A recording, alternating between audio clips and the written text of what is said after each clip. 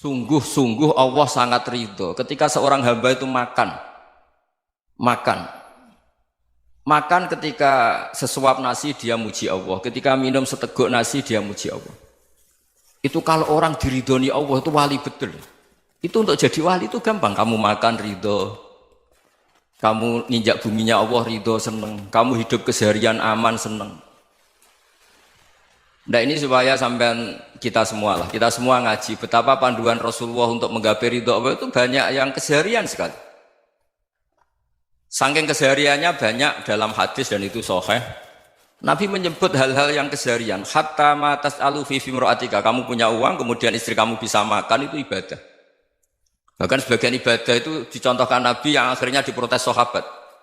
Yaitu wa fi buti ahadikum sedekah, kamu menggauli istri kamu itu ya sedekah. Sampai sahabat bilang yang benar ya Rasulullah. Ayati ahaduna syahwatahu wa huwa lahu ajrun. Masa urusan biologis, urusan syahwat kemudian dia dapat pahala. Nabi menjawab, alaysa lawadu'aha fi haramin akana alaihi wisrun. Bagaimana kalau dia meletakkan ke yang tidak benar itu kan dosa. Nah, hal-hal seperti ini yang saya ingin teman-teman semua. Saya juga agak ingin ngaji demi Anda juga agak ingin. Itu dosa sekali ngaji kok pesanan kelompok tertentu itu enggak boleh. Islam itu untuk semua. Jadi ya cuma karena di depan saya jenengan ya seakan-akan jenengan korbannya. Itu ada ilmunya dalam usul fikih itu. Jadi orang itu harus ngaji usul fikih.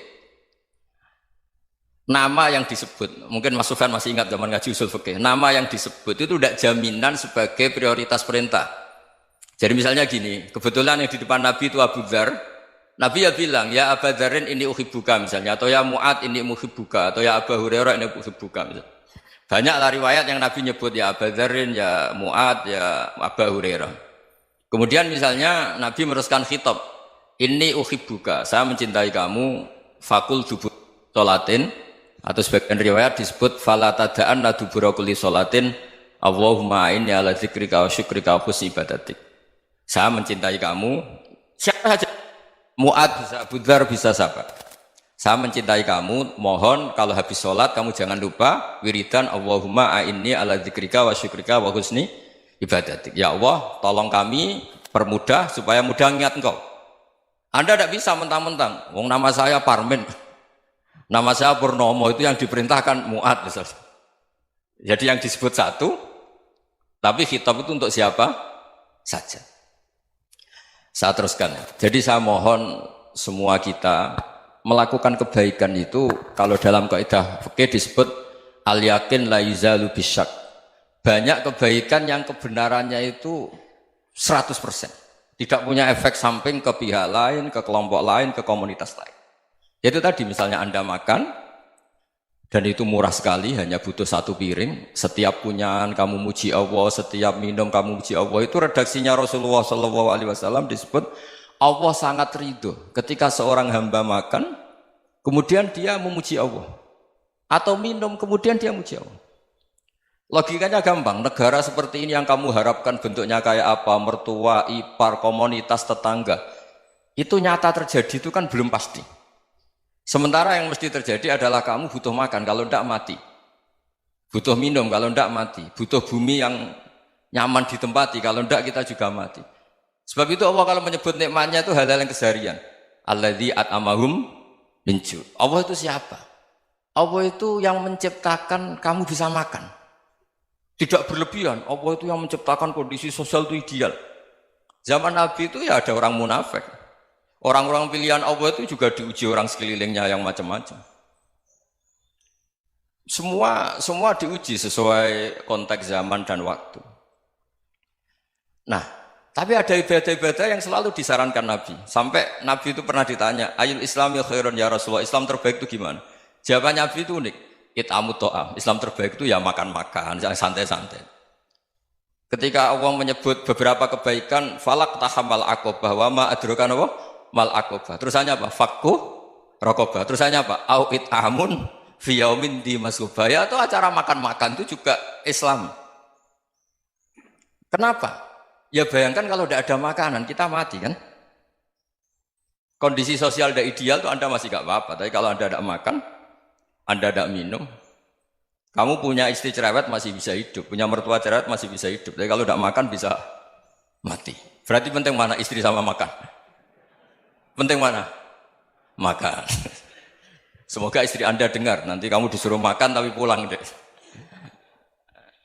Itu kalau dibahasakan makan masih memahami. Penting mana nasi satu piring dengan istri. Nggak ada nasi mati, nggak ada istri belum mati. Penting mana? Gak berani jawab kan?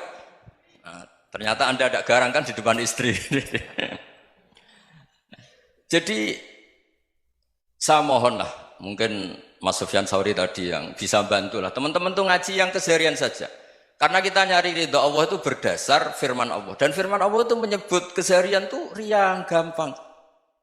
Yaitu tadi misalnya wa min ayatihi manamukum bil laili wan nahar. Termasuk ayat-ayat Allah itu kamu tidur. Maka dulu itu ada guyonan, ada tokoh Mu'tazilah, kelompok dalam Islam yang berpikir manusia itu bisa menentukan ikhtiarnya sendiri. Karena saya bisa duduk, ingin berdiri, berdiri. Karena kelompok ini nggak terima kalau semua kehendak Allah, nanti bagaimana kalau semua kehendak Allah kok ada hisab ya, ada sanksi. Lucunya itu dia akhirnya, ini cerita ya, mencintai seorang perempuan, cantik sekali. Dan itu dia menjadi ahli sunnah itu oleh hal-hal yang sepele.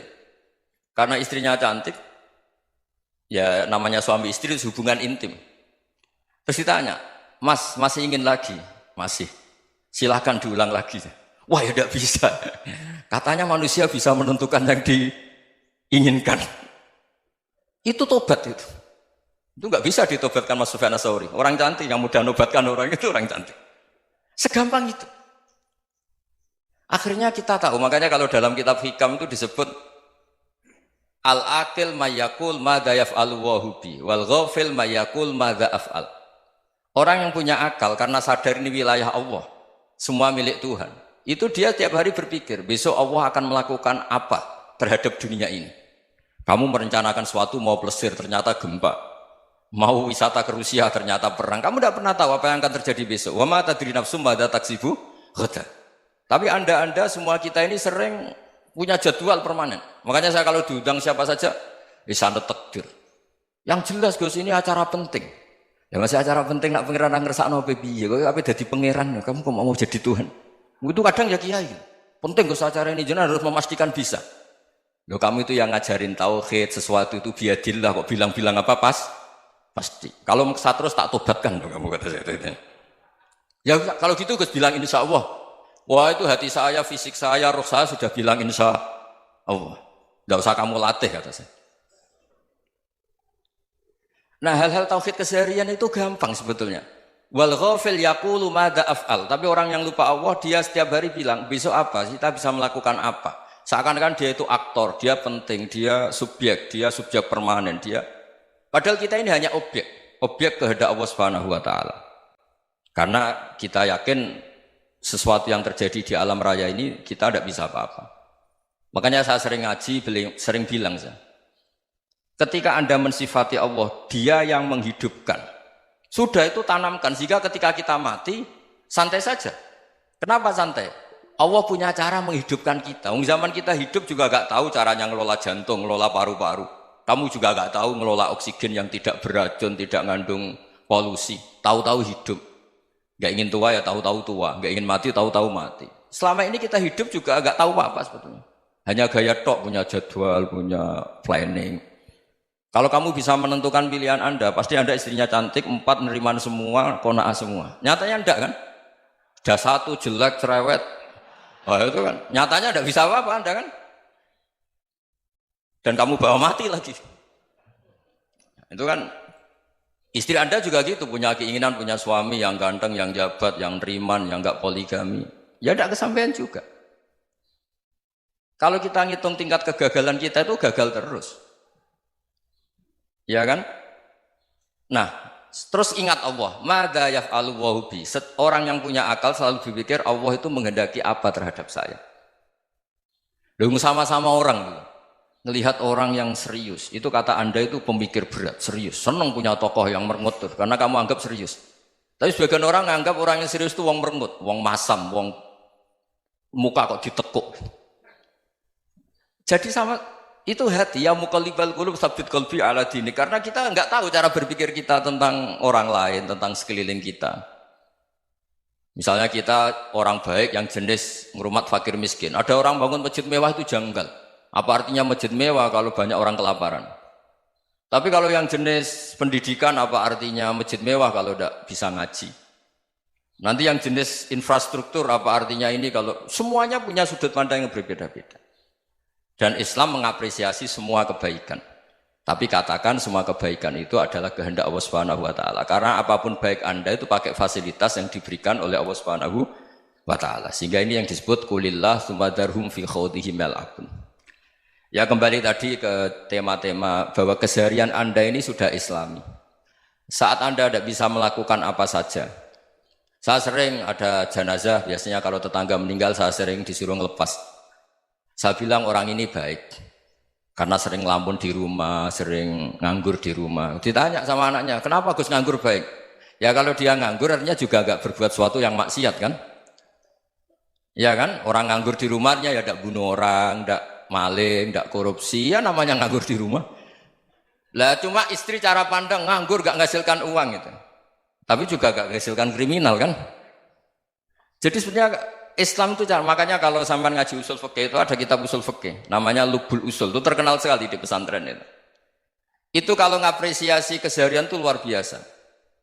Itsma min mubahin illa wa yatahaqququ bihi tarku haramimma. Karena keseharian yang mubah saat Anda lakukan itu ada kehebatan yang luar biasa, yaitu meninggalkan haram. Makanya dulu banyak orang-orang alim ketemu temannya itu guyon sampai semalaman. Itu biasanya yang semangat Islam itu kiai kok tidak tahajud, kiai kok tidak witir. Orang yang sedang mapan uangnya banyak, malam itu tidak kelayaban itu sudah luar biasa. Melawan nafsu supaya tidak maksiat itu sudah luar biasa. Supaya lupa guyon sama temannya semalaman sampai subuh. Gejolak-gejolokan kenang zaman miskin, zaman kuliah nggak jelas, zaman apa. Melihatnya jangan tarkut tahajud. Seperti ini meninggalkan tahajud, tapi meninggalnya ini talkul muharramat. Jadi kayak apa hebatnya? Sehingga Imam Ghazali punya riwayat yang agak unik. Hatta takuna ibadatu akhiri hadil ummah iku an-naum. Sehingga suatu saat ibadah terbaik umat ini itu tidur. Itu kan riwayat kontroversi. Ketika Imam Ghazali tanya, kenapa iya? Kenapa kamu mulai keluar dari rumah itu sudah banyak maksiat? Melihat perempuan yang enggak mahram, melihat fenomena. Tapi kalau kamu tidur itu enggak melihat apa-apa. Tapi juga kamu jangan menganggap tidur itu ibadah betul. Saatnya melakukan fardu ain malah masih tidur. Tapi itu sudut pandang yang menjadikan kita Islam itu gampang. Jadi saat Anda tidak bisa aktivitas apa-apa, misalnya ada beberapa orang yang lumpuh. Lumpuh itu memang nggak bisa Jumatan, nggak bisa ibadah, tapi dia juga nggak bisa maksiat.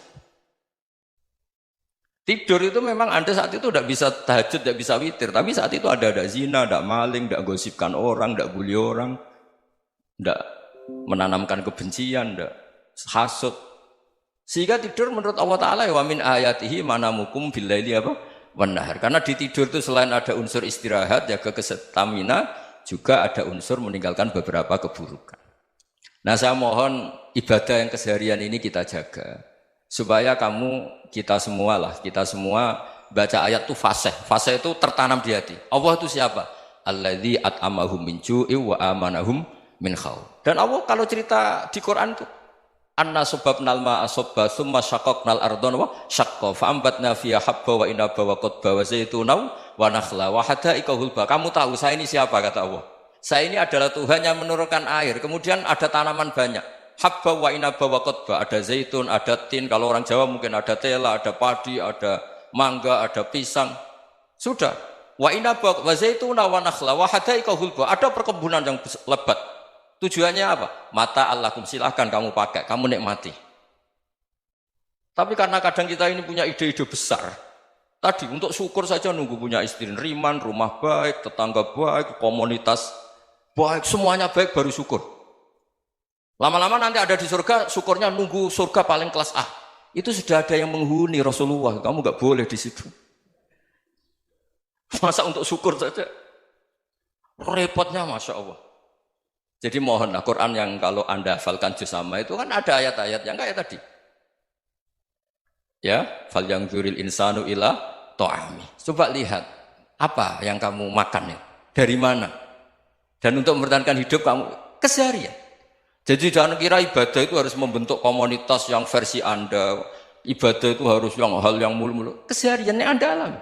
Loh ini saya tidak bikin-bikin. Saya ngaji bukan karena berdasar pesanan. Itu ayat yang saya baca kan betul ada ayatnya kan. Fal yang dzuril insanu ila ta'ami anna sababnal ma'a sabba thumma syaqqaqnal ardo syaqqa fa ambasna fiha habba wa inaba wa qadba wa zaituna wa nakhla wa hadaika ghulba. Terusannya apa? Mata'al lakum, silakan kamu nikmati. Mata itu silakan kamu nikmati. Ya kayak sampean dikasih hidangan ya makan.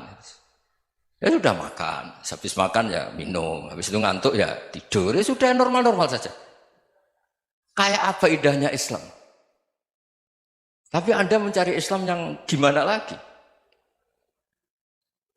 Nah itu yang diajarkan guru-guru kita, diajarkan sanad kita sampai Wali Songo, sampai Rasulullah SAW. Bahwa pada akhirnya ada jihad, ada perang. Itu dulu memang perang, bukan membunuh, beda. Dulu kita dijajah Belanda ya perang, dan itu normal karena kita dijajah. Jadi ketika orang lain ingin baik sama kita, wa in ahadum minal musyrikin astajaroka ya fajirhu hatta yasma'a kalam Allah. Kalau mereka ingin baik ya kita baik. Makanya ada istilah mustakman, mu'ahad. Kalau mereka ingin damai, berdampingan dengan kemajmukan ya itu yang lebih baik. Karena memang Islam menghormati proses perdamaian. Wa in janahu lis-salmi ya fajnah lah. Kalau ingin damai ya kita harus